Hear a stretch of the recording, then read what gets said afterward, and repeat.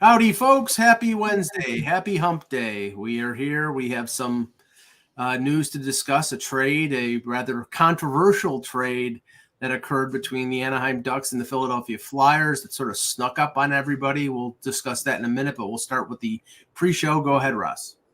All right, so let's talk about Fangraphs for a minute because I found something interesting. There was a tweet earlier on just a tweet on X. It's so weird to say, like I can't get it in my head. Just say Twitter. Just seriously, don't give them the time. You're right. So there was a tweet out there, and it was from a Mets writer, and he was like, I think he had the Mets at 74 wins this year, but based on what Fangraphs was saying, he boosted it to 84. And I said, so what? I said, just out of curiosity, and I don't know the guy very well, I said, what does Fangraphs have for Luis Severino? How many innings pitched? And, and he, to his credit, the guy on Twitter, he showed me the methodology. Don't say how much. Let me see if I can guess. That's fine. And their whole methodology and everything else. So then he gave me the number. So go ahead, Mike. Tell me what the number is. 105. 144. Okay. That's optimistic. I mean, it's more than optimistic. It's a good run of hell for him, but yeah, sometimes that happens. Well, he hasn't pitched that many since 2018. Now, if you want to say the pandemic year, fine, take that out. But the last 2 years is like 110 and 98.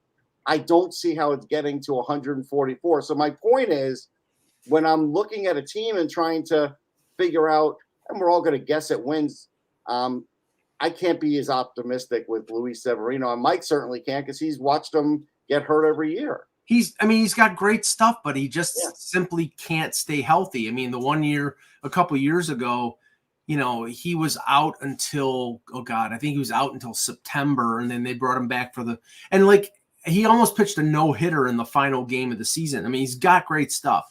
He just can't stay healthy. So, right. 144 is top end of the spectrum. And I was saying with these 84 wins, which, of course, the Mets are guaranteed to be in fourth place in the NL East, how does it rate the bullpen? Because it's Edgar Diaz and a lot of bums. No offense. Right. Yeah, no. I mean, I don't know. Like right now, the debate in the Yankee world right now is, do they spend $30 million on Blake Snell, who has won 2 Cy Youngs, but in between the 2 Cy Youngs, his ERA for over 4 years has been 5, and he's been injured, I think, 2 or 3 times. So, you've already got one injury-prone guy in Carlos Rodon. You got another guy, Nestor Cortez, coming off an arm or a shoulder problem. You've traded half your bullpen and your reserves to get Juan Soto. So, I mean, they're going to have to spend money to get at least one more pitcher. They may go bargain basement shopping, and that might be what they end up doing. But it's interesting that the Mets and Yankees, and by the way, it's Edwin Diaz. I said Edgar. It's like I'm working off 3 hours sleep, like I am. Like last night was awful, and it's running to today. As far as tea, Russell.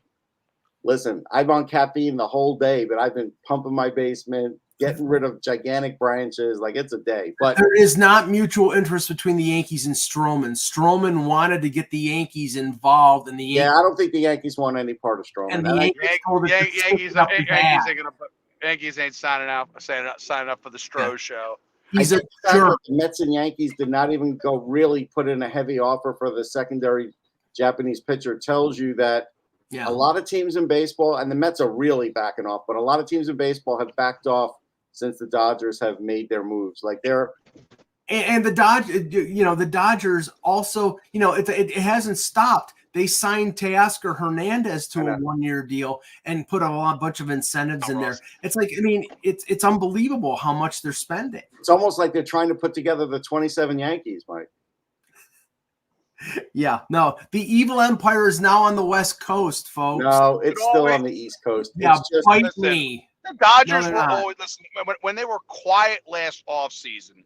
Everybody knew this was going to be a possibility, that the Dodgers were going to make up for basically a year of relative quiet to to turning into, I don't know if they're printing money. It's not printing money. They're all the money that's getting deferred by them. It's like, you don't want to have that debt. That's all I'm gonna say. Well, whoever buys the team's going to have the debt. That's how they're going to do it. Yeah, well, that's assuming that somebody's going to buy the team. Oh, the Dodgers, Mike, come on. There's No, no. I'm saying maybe the current owners are just going to keep them. No, they won't. They're trying to win another championship. At some point, this group will sell, and they'll sell for a profit, and then somebody else, because the Dodgers have a great stadium and they have a built-in fan base, and so you can print money with the Dodgers. There's no question. All right, let's get started. Hello, Hockey World. Today is Wednesday, January 10th, 2024. I'm Anthony Majoni from Center Ice Philly Magazine. I'm Russ Cohen, and I'm with NHLDraftBuzz.com. And plug. And I'm Michael Lagello, and this is the Hockey Buzzcast here on HockeyBuzz.com. Now, as I mentioned in the preamble, there was a trade that took us all a bit by surprise. It was on Monday night between the Anaheim Ducks and the Philadelphia Flyers, and it occurred.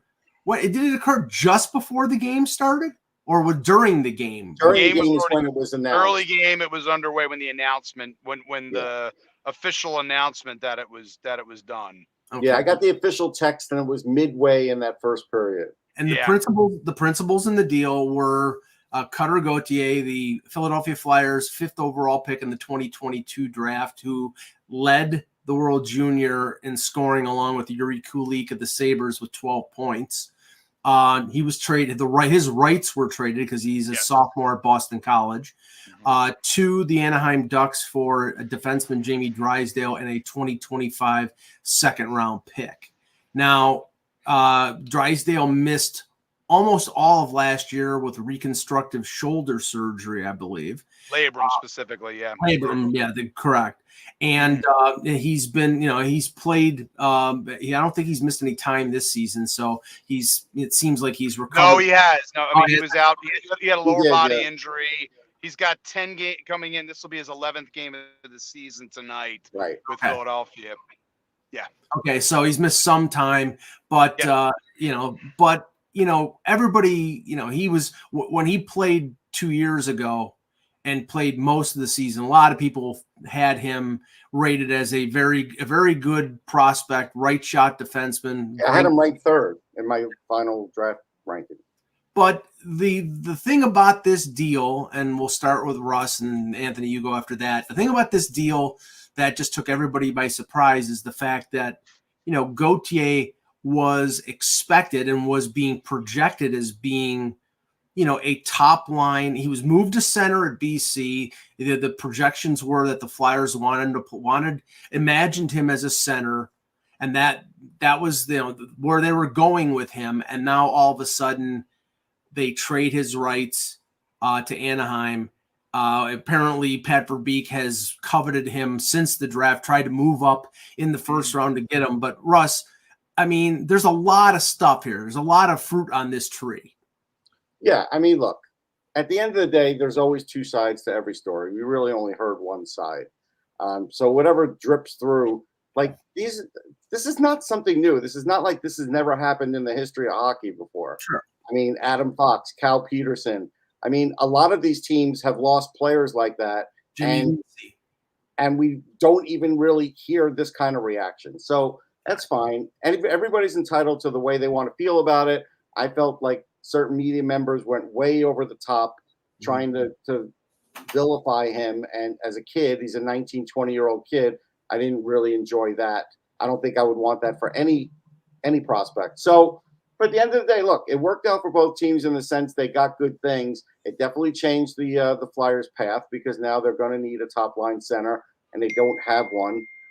So, that's going to be a little bit of a change. I like Drysdale. I said on Locked On Flyers, I got him on my fantasy team this year. Why? Because I knew people were going to be sleeping on him, and I think people will remember once he starts playing once in a while now, 5-6 consecutive games, how good he can be. He is going to be a work in progress defensively, but he's a great offensive player. I think I got him at around 50, 55 points a year. and he'll be the top guy in the power play. I don't know if he's the number one defenseman. We'll find that out in the future. Mm-hmm. I mean, that's not why I ranked him where I ranked him, but I know he's a top pairing guy. So, at the end of the day, that's a valuable guy to have. He's going to help the team. I still say this about the power play, and we'll see what Anthony says. Getting this shot on the power play is helpful. You still have to have somebody in front of the net, and you still have to have a good system. So one guy doesn't usually change it all on his own. So that's going to be the other thing. No, I would agree with that, Russ. Not one guy, but in terms of, the one thing we have noticed about Philly's power play, which obviously has been a major problem for them all season, is that, of late, and we've seen this happen obviously with Egor Zamula being put on the power play, the movement is better when you have a competent person handling, a cool head handling the point. And that's been one of the big problems for Philadelphia is the movement hasn't been there, but of late it has been. They just haven't been able, in a lot of cases, to finish off the plays. And that's where Russ is kind of pointing to is the fact they need, in order for the power play, they need someone who's going to be a forward who can get in front, who can help to finish the play that the other team has to respect. So from the point of view, the one thing I do like here about Drysdale coming to Philadelphia, and we heard from John Tortorella, they really want him to lean into his offensive game early. I think that's probably the biggest way to probably get him comfortable early. It's almost certain at this point now that they'll probably have him paired with Travis Sanheim to start the season. I think that is a good complementary skill set on paper, because that now will put less on Sanheim to have to constantly think he has to add offense, whereas in this case he can be more in that support role and be a bit further back in this circumstance. So I think that the skill sets certainly balance out in that regard. The other thing I like about the fact is, again, Brad Shaw has a good reputation for developing defensemen and developing them to the best of their ability. Mm-hmm. We've seen them so far, I think, certainly we've seen probably the best version of Rasmus Ristolainen that we've seen in his career at this point. He is who he is at this point, but at least they're leaning into what he is at this point, and he's playing that role correctly. We're seeing it also. I think Sanheim's, now that he's kind of gotten things around, he's up and down. But again, when you have as much ice time as Travis Sanheim has had, there's other players we want to see I want to see certainly on this defense. Zamula, I want to see a little more out of York. But yeah, I like the idea of Bradshaw having his hands on developing the overall 5-on-5 ability of Jamie Drysdale. Yeah, if they have that with that offense put into place, you basically, as Russ knows, what the Flyers have basically done here is swap one issue, which is a legit top pairing defenseman, for a center where you thought you had that, and now the Flyers have to go out and find that now, and there's different ways to do it, but it's not obviously going to be easy for them. Well, okay, where things stand with these two players and within the organizations themselves. I mean, I'm glad you said that, Anthony, because that's what I was going to say with the Flyers. There definitely was a need to add on defense. He's a right shot. He's 21 years old, I believe. He's got this year and 2 more years at $2.3 million. Yeah, of his bridge contract that he signed this offseason. Yep. Right, and then he's still an RFA under control, so it's not like they walked him to unrestricted free agency. So that's fortuitous for the Flyers. Obviously, Gautier's not signed yet, so he'll have a 3-year ELC when he signs with the Ducks, I would assume, at the end of this year when he turns pro. So, and with Anaheim, they traded from a position of strength because they had Mantukov, they had Zellweger, they have Cam Fowler. Don't forget Nadeau as well. They have to insist on that. I think in many ways, Nadeau they probably feel that was when they finally feel like, okay, we're comfortable enough dealing Drysdale because we feel like we've got enough to recover in the pipeline.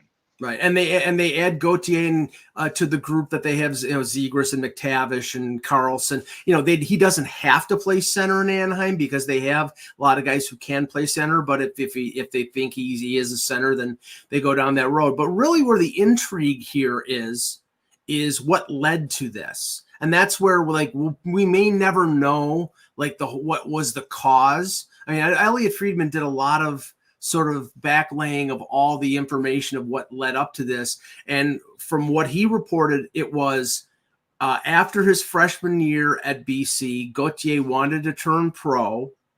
The Flyers apparently were not willing to offer him a certain package of bonuses in his deal because it will put them into bonus overage. And this is, I mean, yeah, okay. Here's where I have a problem. You draft this guy 5th overall. You think he is a potential star. He wants to turn pro after his freshman year, and you're telling him you can't turn pro because of bonuses. That's a big drop of the ball on the part of the Flyers, in my estimation. I mean, I don't know. Depending on where they're at with regards to their overages and where they're at as well. I don't know, Mike. It's certainly eyebrow raising. But again, you're also talking about a player that they said literally just a few. And again, we're taking this at the Flyers' word, is that only a few months after he basically said, he went from wanting to be a Flyer to not wanting to be a Flyer. I can kind of understand maybe a little bit of the hesitation for Philadelphia in this circumstance, if that is in fact, the track that they were going on. And Russ has spoken, I think, has also spoken to, and Russ, you can say this, is that there's still areas of his game that still need development. Oh, absolutely. He's not a fully perfect NHL and whether player, or not he was ready to do, whether or not they were willing to do whether or not he was willing to do an AHL ATO as well. Yeah, whether I or not, can tell you, do we know if he wants to, if the desire was not just to turn pro, but to be playing for the Flyers almost immediately? Well, I mean, that's what Hartnell said. I take him at his word that he did want to play that way. I do think that that's correct. I do think, especially this year, he did, and I think that's why the Flyers did try and reach out again and maybe try and rekindle it. But the point is, I don't know any top pick that would take an AHL ATO. Nobody would. No. But at the same time, I would also say that, you're also a prospect in this case. And if that's the reason why he decided that's that, I mean, you're getting NIL money too, right? I don't know. I don't know if he has any NIL money. If he's getting NIL money or not, I don't know either. But yeah, that's also a part of it. It just, I think there's a lot of different layers that play, and this is one of those things. And I'm sure there's areas where Gauthier could have done things better on his end, and I'm sure there's other areas where the Flyers could have done better on their end as well, if that was sort of the sticking point for them. Well, again, if he's looking to come into the NHL and they didn't feel like he was ready to go. Well, the two things here's the two things, Ant. The two things that are always the issues of any of these prospects that are coming from college to the NHL on a deal where they know there's bonuses are the bonuses and playing time. And the higher up you are, the more your expectations. And so that's the whole thing. Now, I understand, even if you're going to me and say, hey, Russ, is Cutter Gauthier 100% NHL ready? I would say no. But the point is, I also have to keep Cutter Gauthier happy because I think he's going to be a top liner for me in the future. So I have to take a hit. But if you have questions about him and the fact that he came to you previously, they're questions that are fixable, though. They're fixable things. If you think they're fixable. Yeah, no, I do. I think it's fixable. I'm just saying today there are some issues there, but I also think if we don't think John Tortorella is a factor in this, then I think we're being silly because. Well, yeah, I mean, here's the thing, though. You're gonna, as a young player, you are likely going to outlast a John Tortorella. Right, but do you really want to have to deal? Reason for a player. Do you really want to have to deal with it? That's the problem. It's like, I mean, if you're Gauthier, I mean, especially like after the fact, you have to question the fact. Then in this case, you have to question the fact that if you don't want to deal, I mean, all due respect to Cutter Gauthier, you're not in the National Hockey League yet. No. You're not at this point here where you can, and this is, but like an old buddy that he's saying, put your big boy pants on here. But there's a little bit of that there that, you sometimes, if you want to play. But again, he has the choice to. But again, if that's where he's hemming and hawing, then that goes back to the Flyers saying maybe if this guy isn't, if he is not. Wanting to play for you. There is a courting. I will say this: there's a courting process with every college player you sign like that or draft, because in the back of your head, hey, they could always go back to college. Like that's a thing. Right. Yeah, and this could have turned into, and it would have been 2 years down the road. This could have very easily turned into a Jimmy Vesey situation where he tells the Flyers, "Okay, you didn't want to sign me when I was a freshman. Now you want to sign me as a sophomore, but now that you're not offering me bonuses." I mean, I don't know if that was the case, because we know that Keith Jones and Briere tried to talk to him at the World Junior, and he avoided the contact. And you also have, previously to that, you also have Patrick Sharp and John LeClaire reaching out to him and refusing to meet with meeting with them as well. And it was very much more of this wasn't a formal thing. This was a very informal chat. Right, but there's nothing informal when it comes to trying to hash out a deal. I understand that. I understand, but again, having that talk or that conversation. And Kurt Overhart is his advisor, and basically, he came out and said, "Well, we're not gonna talk about this, and now that the deal has been done, but." He says it may come out in the future. Yeah, but I mean, all I can say is a lot of the salacious stuff that we heard like right after it about the Kevin Hayes stuff, the comments that Keith Jones said about, well, if he didn't want to be a Flyer, he's not going to be a Flyer, and the Torts stuff about I don't know Cutter from a hole in the wall. A lot of the stuff is really unnecessary. It was a lot of it was a moment. I think it was a lot of because this thing had been building up over time. There was a lot of. Here's the thing. They knew how people were going to react. You're trading your first round pick, 5th overall from 2022, 2 years ago, basically. Yeah. Yeah. This becomes everybody's going to ask the question, why are you doing this? Right? At the end of the day, you're trading, you've bailed. So you have to be in this sort of defensive mode almost in terms of defending why you made this trade. And you're going to be walked down certain areas, I think, and emotion does kind of play a little bit of a role. Oh, it definitely does. Let me answer Matthews here, because Matthew wrote, Owen Power went back to college for his sophomore season after being drafted number 1. Why was it such a big deal for Gauthier that they wanted him to go back for another year of development? Okay. They didn't want him to go back for another year of development. They didn't want to sign him because they didn't want to give him the bonuses that he wanted, because he was a 5th overall pick. He probably deserved the Schedule A and Schedule B bonuses. I know that Russ brought up on was it on Sirius about the Austin Matthews stuff with the Leafs? Not on Sirius, on the show this morning, but it's a similar thing in the sense of the bonuses. Like, you could tell there was a reason Austin Matthews was not signing with the Leafs, and the issue was the bonuses. And then, like you had told me, and we heard, when Brendan Shanahan stepped in and paid the bonuses, magically he signed. But the difference with this one is that, again, Scott Hartnell had said on the broadcast that, hey, they were saying that Gauthier would probably have to go back to BC another year, bone up, get faster, get stronger, and then be able to sign with the Flyers. And that'd be year 3, and that wasn't in his plan. Like, he was only going to do 2 years. He was never going to do 3 for anybody. And with Owen Power, remember, his freshman year was the COVID year. He wanted to go back and play a full year at Michigan. He was 18 years old. Him going right into the NHL at that point was probably, and plus he was going to be able to burn the year of his ELC after that year, come out and play 6 or 7 games and burn the first year of his ELC, so he'd get his cake and eat it too. So it was, I don't think the Sabres had a big problem with him going back to Michigan for a year. No, but I will say this: the first misstep is the Chuck Fletcher part of this, because he loaded down the cap with certain things. Now, that doesn't mean things couldn't have been changed, but he's the one who loaded down the cap in the first place.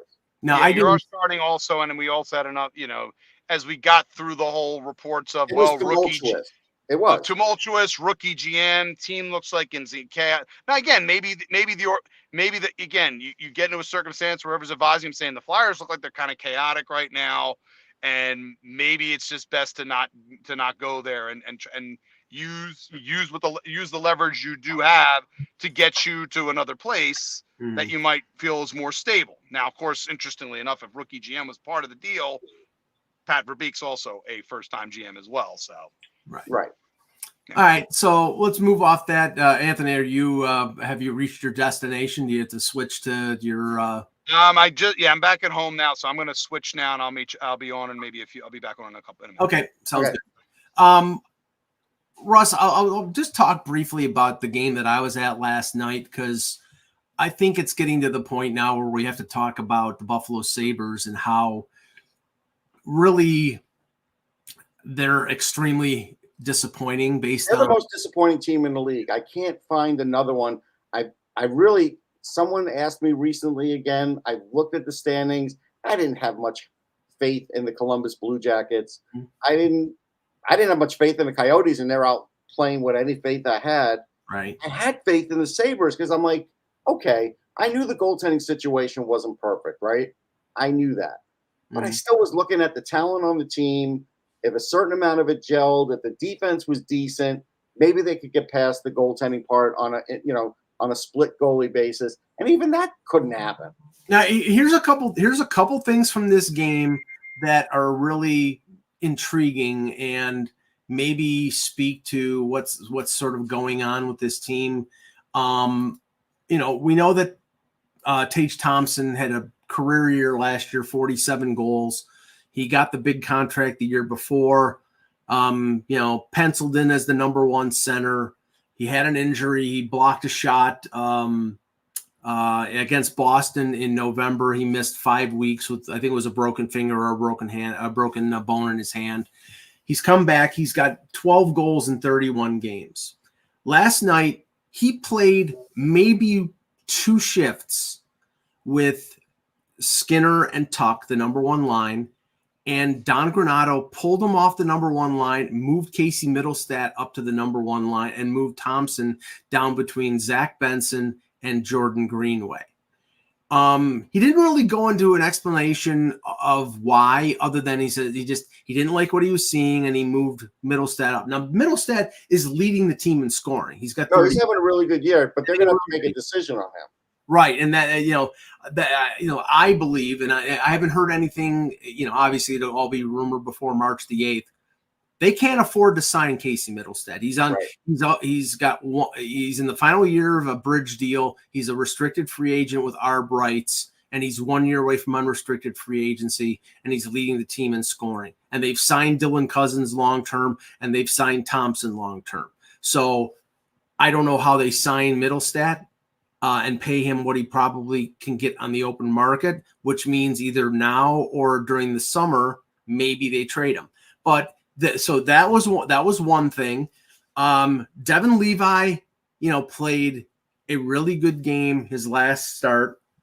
And last night in the contest, the one was a defensive breakdown that led to Yanni Gourde's tying goal after they had dominated the first 12, 13 minutes of the first period. And then Seattle came back and scored 2 goals in the first period. And, Buffalo had nothing to show for it. And then he lets a Alex Wenberg, it was a defensive breakdown again, Alex Wenberg on a breakaway. But 2 of the 5 goals were on Levi. They were bad goals.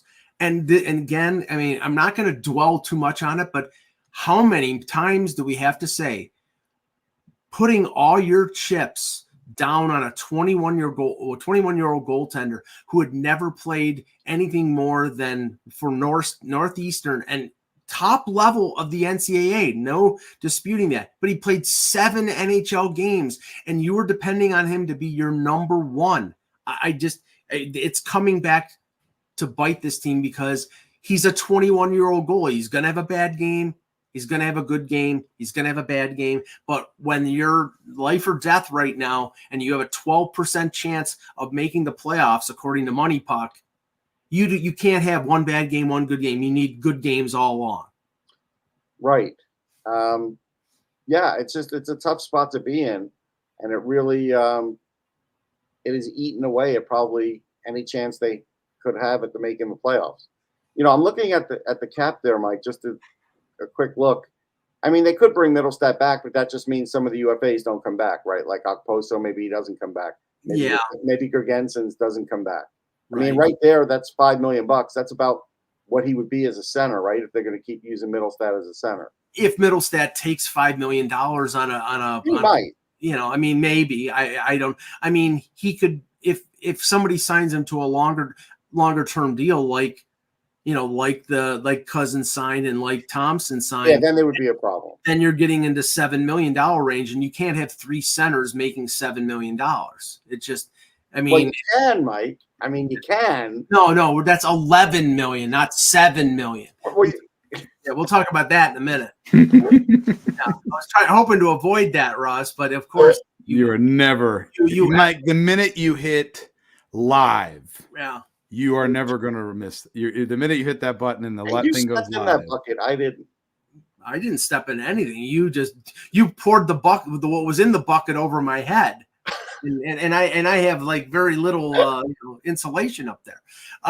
So I don't again, I don't know whether they can bring him back. I would assume, Kevin Adams is looking at all eventualities, all different directions with this team. Right now, they play Ottawa tomorrow night, and I believe Ottawa's only 4 points behind them. Ottawa's at 28. No, excuse me.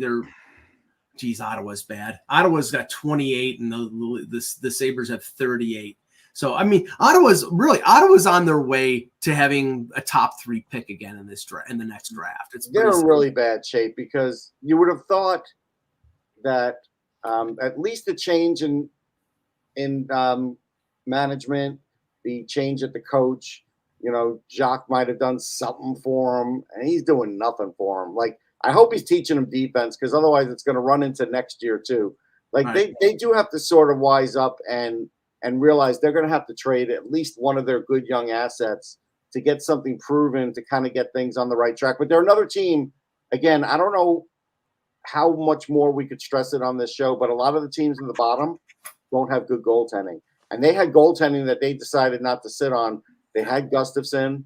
They didn't sit on him. Like, what I mean? They had Joey Decord, and they had Decord. He's the other one. Yeah. They didn't sit with him. So it's like they've sort of made those mistakes, and now they need goaltending again. Well, let me just finish off on the Sabres. I mean, Owen Power is having a rough sophomore season. Again, one game good, one game bad. Rasmus Dahlin, I refer to him as a bigger Erik Karlsson, and that's not a compliment, because Erik Karlsson, as gifted as he is offensively, we know he is challenged defensively. And you could say, well, his offense is his defense, meaning he possesses the puck, and when he possesses the puck, then the other team doesn't have it. But when positionally, Rasmus Dahlin on the Wenberg goal yesterday is caught up at the red line, sort of pinching in, and leaves Owen Power by himself and allows a breakaway to go the other way, that's a problem. And this is a guy who's making $11 million a year. So there are defensive issues. And now we find out today, Jeff Skinner, who's their leading goal scorer, has got 17 goals. He's got an upper body injury. They don't know how serious it is. They don't think it's serious, but if they lose him, this is a team that scored almost 300 goals last year and now is challenged to score goals. So, things are not looking up for the Sabres. And somebody in the chat said, well, how long do they go with Don Granato? This is the problem. Don Granato hasn't even started his extension yet. He's got a 2-year extension that starts next year. Good luck. They're not firing him. They may fire his entire staff. Then they need to bring in an assistant who, in a pinch, could take the job, but also that is a departure from Don's strategy, because Don's strategy is worn thin with them. It's not working. I mean, maybe they can't look at it and think that they're on a good path here. Russ, maybe they should have kept Mike Pekka, who was down in Rochester working with their forwards. Instead, he goes to work with Laviolette and look at the effect that he's had with the Rangers. Pekka is a good point. That's a guy they had in their deploy. I will say this about Dahlin, because I'm looking at Instat, so I'm looking at some of the bigger numbers. I mean, he does average 24 minutes of ice time a night. Oh, he's not a lot of. I know, but I'm just saying there's a lot of guys that don't average 24 minutes. So he is going to make some mistakes when you have him out there for 24 minutes. He is. You know what he's doing? He's following the Rasmus Ristolainen blueprint from a few years ago with Buffalo, where he's playing every first power play. He's playing 5-on-5 matchup stuff. It's like, you have to have other guys doing some other. No, but here's the difference between him and what you're saying about Risto. 54% of his shots are on goal. That's good. He's taking almost 6 shots a game. Oh, that is an indictment on the offense because his average is 6 shots a goal a game, and that's a lot for a defenseman, for any defenseman. And he's winning 61% of his puck battles. I mean, that's a high percentage. Yeah, but defensively, I think there are issues. I get you. Even hits, he's averaging 1.26 hits a game. Yeah. So I don't discount that he has to work on his defense. But if they had a better defense, he could play 22 minutes and maybe be a little more effective too. Right. All right. Well, let's low hanging fruit here. Okay, go ahead, bash me. Go ahead. Right. Mike, you're not even going to give us a leading. You're just going to put up the piñata and expect us to start swinging. Like, come on. William Nylander. Go ahead, Russ. Okay, so let's talk about it in these terms. Mm-hmm. I was on another show today, and I talked about it from the term of going back to last summer. We all remember where we were last summer. Mike does, because Mike kept saying Mike knows what he did last summer. Mike wanted to trade William Nylander, and I did say, and was for a little while, for that first, May into June, I was like, yes, Brad Treliving needs to trade him if he's going to, because he hasn't signed him, and I get trying to get the assets. Now, Treliving told us that the market wasn't there. Mm-hmm. Treliving's problem is he should have nailed down the contract then and set a deadline, and he didn't. So then it goes into this season, and Nylander has the best year of his career, and now Treliving ends up paying like $1 million to maybe $1.5 million more than he would have paid for him last summer. Well, okay. And there is some sense to that, and that's part of the problem. But he's worth that now, because if he were to keep up this scoring, he'd be a top 15 guy in the league. I don't think he'll keep it up, but I would agree with that assessment until I heard what Elliot Friedman reported, was that he was of the same mind. He was like, basically, if the Leafs had offered, say, because the talk during the summer was that the Leafs were offering in the high 8s or the low 9s, and that Nylander's camp wanted 8 figures. They wanted $10 million a year. He is now of the opinion, and I don't think he got this from the Leafs, that the Nylander camp was never going to sign a contract going into or before the season started. They wanted the leverage play because essentially they knew that deal was there no matter what William Nylander did. I'm not fully buying onto that. I'm not saying it's I'm just telling you what he. No, I get it. I'm not fully buying onto that, because there's a big element of risk, even for a player of William Nylander's caliber, that if he steps on a banana peel and gets hurt and doesn't play the first 30 games, he's not getting $11.5 million. Oh, no. But what I'm saying is, are people still stepping on banana peels? I mean, they used to, Anthony. I don't know if they still do. We're showing our age. What I'm saying, Russ, is that he may not have gotten $11.5 million had he slipped on the proverbial banana peel, but he would have gotten the 8.8 that the Leafs were offering. Because right. But here's my thing. Right. I think if Treliving would have offered 10, they would have signed for 10.5, and it would still be $1 million less a year than what they're paying now. And I think that's reasonable to think that until we find out otherwise. Right. Well, I mean, but Anthony, this is the issue. I mean, as I said, he's a talented player. There's no doubt. I've never disputed that he's not a talented player. My issues with him previous to this is that you would get a lot of Dr. Nylander and a lot of Mr. Willie, like Dr. Jekyll and Mr. Hyde. The good Nylander, the talent, the ability has always been there. The consistency hasn't been. In the last year and now 35 to 40 games, it has been there. A lot of people are waiting for him to turn into a pumpkin and him to go back to the inconsistent player that he had been previously. Now, maybe. But he's also. But how old is he? Hold on, Mike. How old is he? That's what they're rolling the dice on. Okay, and how old is he? 27. 27. So he is, in theory, he has now reached. He is in the prime of his career. He is. He's got plenty. He's had plenty of experience now to learn how to play in the National Hockey League and do so. And, he's got enough years banked at this point. I'm willing. my view on this is that, this is the whole fear of, everybody sees the last name Nylander and immediately assumes he's going to lapse and turn into his, turn into his father, who could have incredible highs and crash down. Well, I don't know that William is the same as his father. Just because he hard negotiates like his dad doesn't necessarily mean he's the same guy. Mm-hmm. And I look at it and say, you're going into the prime years of his career. You're going to have him. So it's an 8-year deal, right? You're going to have him. The prime is probably now between now and age 32, 33. So you have him for the bulk of it. Right. That's the hope here. If you're Leafs Nation, is the fact that he's now he's now going to be a fully realized package. I'll tell you who's happier than me about this deal, because at least it made me right. Who's happier about this deal is Elias Pettersson, because he's getting 12 a year now. Yeah, because he's a centerman. He's better than he's a centerman. Yeah, exactly. You add the fact that he's a centerman, and maybe even more than that at this point. He might even get more. Yeah.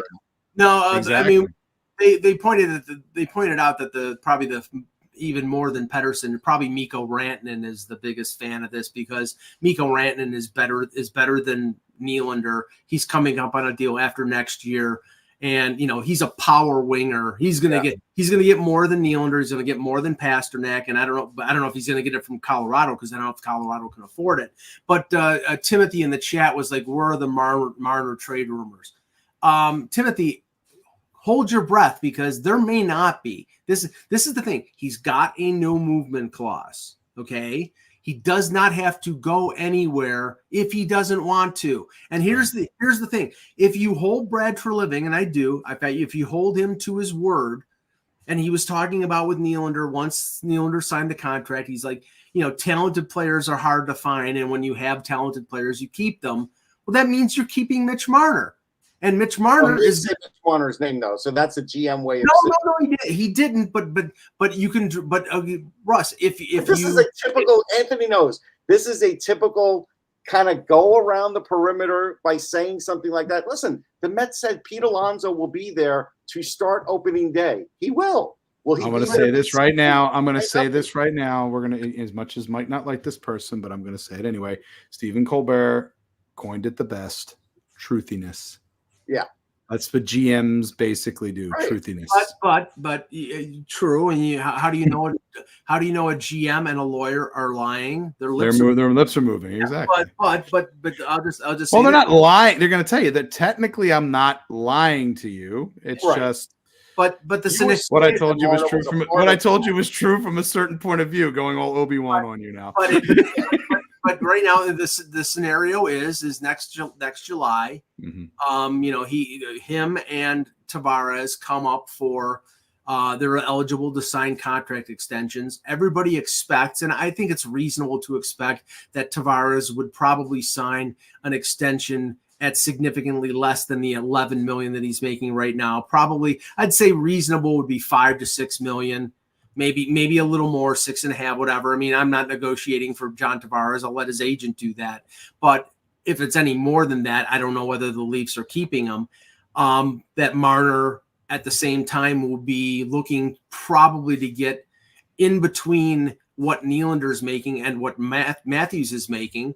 So the problem is, even if you do that, even if you're giving away, taking from Peter to pay Paul, you still have to pay and sign defensemen and goaltenders, and that's preventing them from doing it. And so I will tell you this, Mike. The chat room, or develop your own. There's a thought, but again, you guys already moved off all those picks. So. Right.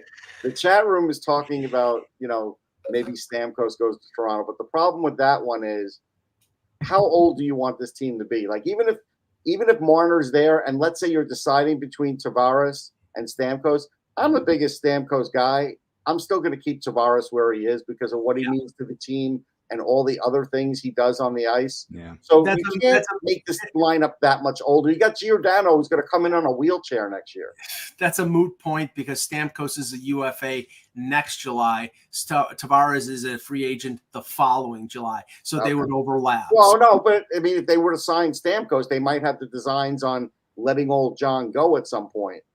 Or if they're trading, or and not come back. Or if they're trading Marner, that Stamkos is a temporary Right, but I don't think that's the way they should roll on that, because I think the odds are against them on that. And Stamkos still is a great shot, no question. Let some other team take him who's got a younger nucleus. Don't you take him where you already have your older. The Leafs are young in the core and old around the edges, and right, because they can't afford to pay young players around the now. Right. Now this is the and it'll be fascinating to watch what happens next July, because the only way, if they announce a extension for Marner and an extension for Tavares and keep the band together and move the money around a little bit, they're going to have to basically do what the Rangers did this year and find 2 or 3 or 4 veteran guys who will come in, like Bonino and Wheeler and Quick. They all took less to come in and sign with the Rangers. They're going to have to find probably 3 or 4 of those guys to come in at less than $1 million. It's hard to do that, though. It's tough to do that. Maybe it's not impossible in Toronto. Yeah. You're probably going to have to re-sign, the savior Martin Jones at $1 million or something like that, and spend $2 million on your goaltending, with Joseph Wall making less than $800,000. You can't afford to do anything else if you sign all these guys and bring the band back together. So I will say this: Martin Jones's agent should thank the Flyers, because if the Flyers didn't stick with him as much as they did last year, he would not be getting paid this year and beyond. No way. His value was way down before he started getting a lot of those games in Philly, and then it helped rehab his image. Yeah, no, I'm asking for some questions in the chat, but I wanted to touch on this because I saw somebody put it in our DM. It was sort of a little meme on X involving Pierre-Luc Dubois. No, involving no, it would have to be me to do it, and then it'll probably pop up here any second. We found out, Anthony, that the thumbs up thing, it's something on our computer, on the Apple computer. On his Apple computer. Yeah. So if I do this or this, it'll pop up eventually. I don't know. Hand recognition. I mean, what is this? Yeah, it's called something else. Somebody reactions. It's called reactions. I don't know how. I don't know. I'll have to dig through my computer and find out how to disable it, because I don't like getting the thumbs up from somebody other than myself. Okay, so you need the pat back emoji. But yeah, there you go. But Pierre-Luc Dubois traded. Talk amongst yourselves, Pierre-Luc Dubois. Traded for Iafallo and Kupari and Velarde. Grand slam home run for Winnipeg, because they got a guy who didn't want to be in Winnipeg, and they and LA got who they wanted, and Winnipeg got what they wanted. It's worked out well for Winnipeg, as they're at the top of the league standings right now. And yesterday, or whatever the last game was for the Kings, Pierre-Luc Dubois was on the 4th line. And I asked Russ this. It's like, okay, he's drafted 3rd overall by Columbus. Played very well for them, but it was always, he played. They moved him to center in junior because they wanted him to be a center. He didn't want to be a center with Columbus, but he kept him there anyway. He was good at it. Then he basically told him he wasn't going to sign there, so they traded him to Winnipeg for Line, and then Winnipeg couldn't get him signed, so they traded him to LA, and now he's not playing up to what they want, and he's now playing the 4th line. They're giving him a kick in the ribs. I mean, I don't know. It's all over, Mike. It's all over. Just tell me to hang but at a certain point, you have to wonder what the hell's wrong with this guy.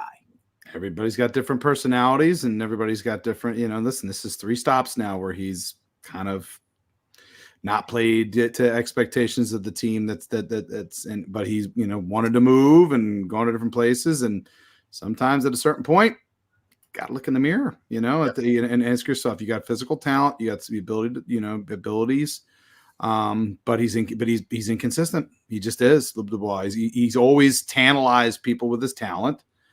But that's, if you're for a team like LA who wants to compete for postseason berths and Stanley Cups, you need, when you make a move for a guy like Dubois, the expectation he's going to be setting the tone in some manner. And if he's nothing, and maybe this is going to be a good thing, maybe you get, playing on the fourth line for him, maybe he finally does. And again, playing on a team that is a cup contender as LA is, maybe in Columbus, again, they're kind of a periphery team, never quite in it. Winnipeg, up until this year, kind of maybe viewed more as a periphery team, maybe wasn't as motivated. You're going to LA, team that most people are thinking good team, chance to run for a Stanley Cup. You're still not doing it. Now it's you.